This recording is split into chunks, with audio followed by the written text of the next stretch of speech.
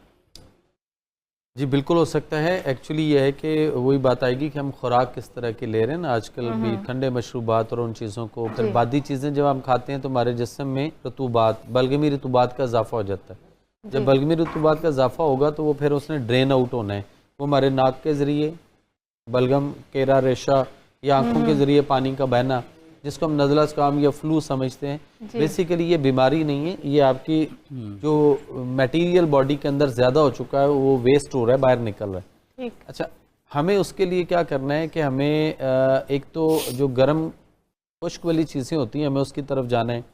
मिसाल के तौर पे आपके पास सौंफ है, आपके पास बादाम है, आपके पास जो है वो काले चने बुने हुए हैं। आप इन तीनों चीज़ों को, यानी काले चने बुने हुए 100 ग्राम ले लीजिए, बादाम जो है वो आपने तोड़ के उसमें से फ्रेश गिरी निकालनी है, तो वो खुली नहीं लेनी, वो खुली तो जो है वो सारी ड्राई हुई होती हैं, उनका तो फायदा कोई नहीं, फंगस वाली होती हैं। एक 100 ग्राम आपके पास बादाम की गिरियाँ हो और 100 ग्राम ही आपके पास सौंफ हो, तीनों चीज़ों को आप तवे के ऊपर, खुशक तवे के ऊपर या खुशक फ्राई पैन के अंदर आप उसको ज़रा गर्म कर लें। सौंफ का ख्याल रखना है कि वो ब्राउन हो ज़रा सी, तो उसके बाद उसको उसमें से निकाल लें चूँकि वो ब्लैक ना हो जाए। तो इन तीनों चीज़ों को आप पीस के पाउडर बना लें या इनको दड़ा कर लें तीनों चीज़ों को, और उसके बाद इसके 1-2 चम्मच जो है वो सुबह और अगर शाम को रात को सोते वक्त अगर हम इसको खाएंगे तो हमारे ये प्रॉब्लम होती ही नहीं। और अगर किसी को फ्लू, ज़ुकाम या नज़ला इस तरह की कोई चीज़ हो चुकी हुई है तो 3 अदद लौंग ले लें, 1 लकड़ी दालचीनी, उंगली के साइज़ का टुकड़ा दालचीनी का ले लें, और 1 ही लकड़ी मलट्ठी का टुकड़ा भी आप फिंगर साइज ले लें। 3 चीज़ों को आपने 1 गिलास पानी में डाल के चूल्हे पर रख के आप इसको बॉयल करें। जब ये पकते हुए आधा गिलास रह जाए तो इसे नीचे उतार के आप स्ट्रेनर से छान लें और कप में डाल लें, और फिर उसमें जौहर जोशानदा 1 पैकेट डाल लें और थोड़ा सा शहद डाल लें।